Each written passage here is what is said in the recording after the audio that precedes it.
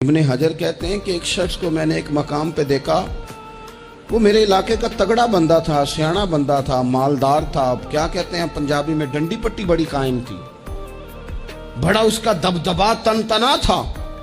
लेकिन मैंने उसे तबीब की दुकान पर लेटे हुए देखा तो उसके वजूद से पीप निकलती थी। मैंने उसे कहा, यार तेरे नाम से तो लोग खौफ ज़दा रहते थे, तेरा नाम लेके तो लोग बच्चों को डराया करते थे, तेरे से इंसलाक रखने वाले तो बाजारों में गर्दनें ऊंची करके चलते, तुझे क्या हुआ? तो कहने लगा, बस जब खुदा का हुक्म आया, जब अल्लाह की हिकमत का गलबा हुआ, जब तक उसने ढील दी तो दी, लेकिन जब वो पकड़ने पे आया तो फिर हाल ये हुआ कि एक गरीब मछेरा मछलियां पकड़ने के लिए दरिया में सारा दिन बैठा रहा, उसे मछली न मिली। शाम को रोई पड़ा कि मालिक, मेरे तो बच्चों के पास खाने को भी कोई शय नहीं। तो एक मछली शाम को बड़ी मेहनत के बाद एक बड़ी मछली उसके हाथ लगी।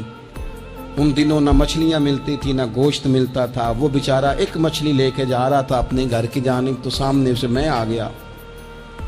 जो तरीका होता है, किधर लेके जा रहे हो, कहाँ से ली है?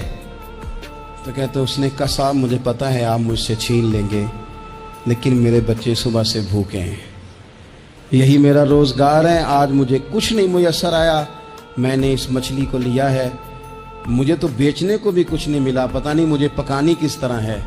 तो ये एक मछली मेरे बच्चों की खुराक बनेगी, कल लूट लेना, परसों लूट लेना, तुम्हारा तो काम ही लूटना है, चलो कुछ दिन के लिए हाथ रोक लो।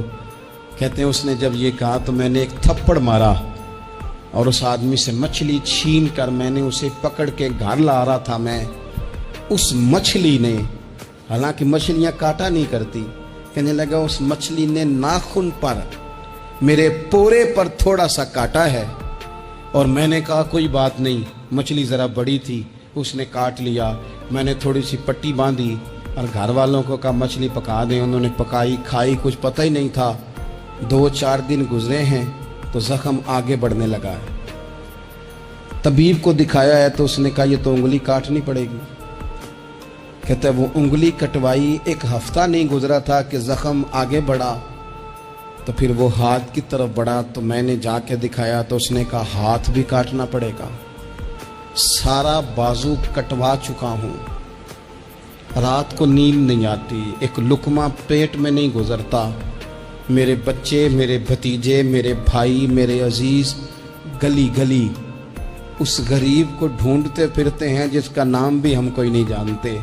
थक गए तलाश कर करके, खुदा जाने कहाँ छुप गया अल्लाह की इतनी बड़ी ज़मीन में, वो मिलता नहीं, मैं सो नहीं पाता। कहने लगे शेख मेरे लिए दुआ कर दो, मुझे कुछ नहीं चाहिए, बस वो मुझे मिल जाए और मैं उससे ना माफ़ी ले लूँ, बस वो मुझे माफ़ कर दे।